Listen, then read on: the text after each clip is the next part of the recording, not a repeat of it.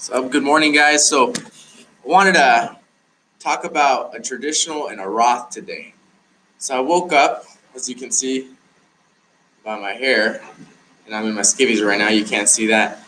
But I got thinking, let's say you're making, okay, so a Roth IRA is supposed to save you money in the long run. Okay.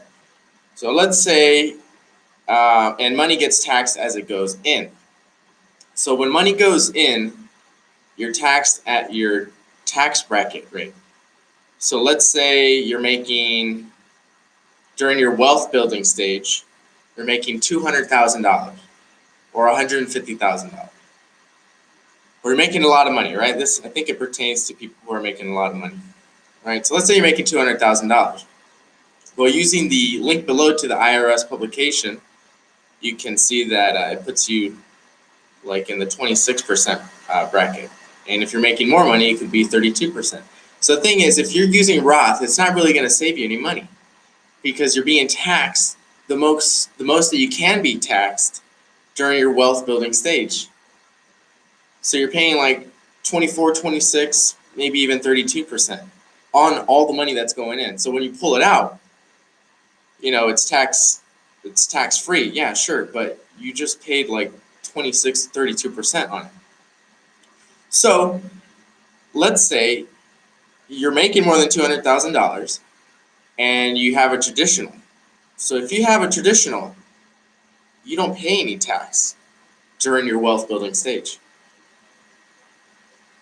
So instead of paying 26% and 32% on all the money that's going in, you don't pay anything. So when you reach retirement age, see where this is going? So when you reach retirement age, are you going to be making 200, 300, 400,000? You got to do some, some planning and thinking. Me personally, when I'm retired and when I'm withdrawing from my individual retirement funds, I might be making less than 100,000. Let's see, the mortgage will be paid off, so there's no sense in working my butt off for that. The cars will be paid off. I might have TRICARE because veterans have that option, or if you do 20 years in the reserves or something like that, you have that option too. So it's like cheaper.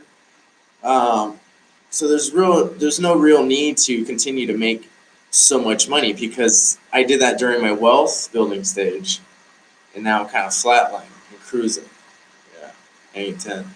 So I'll be making 100,000, less than 100,000, and that tax bracket I believe is like 24%.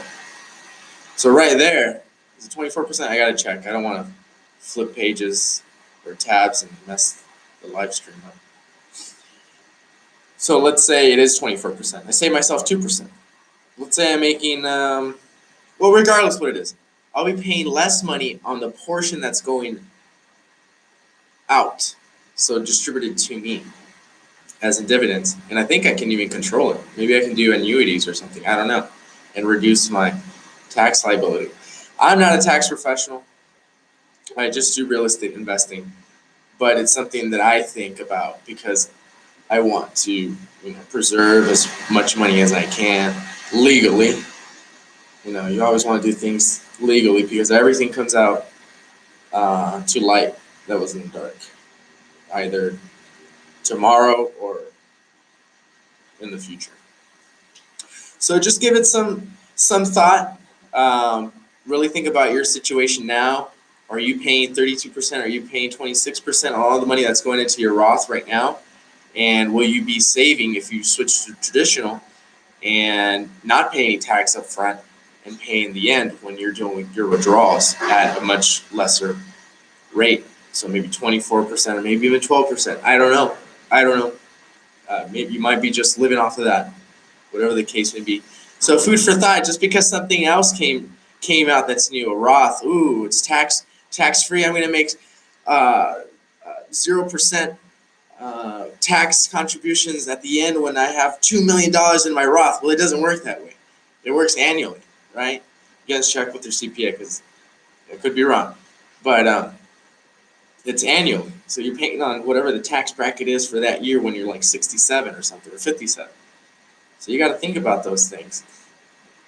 Yeah, so comment below if you have any questions or you want to, add to the conversation, please do. All right, take care, and don't forget to respect each other.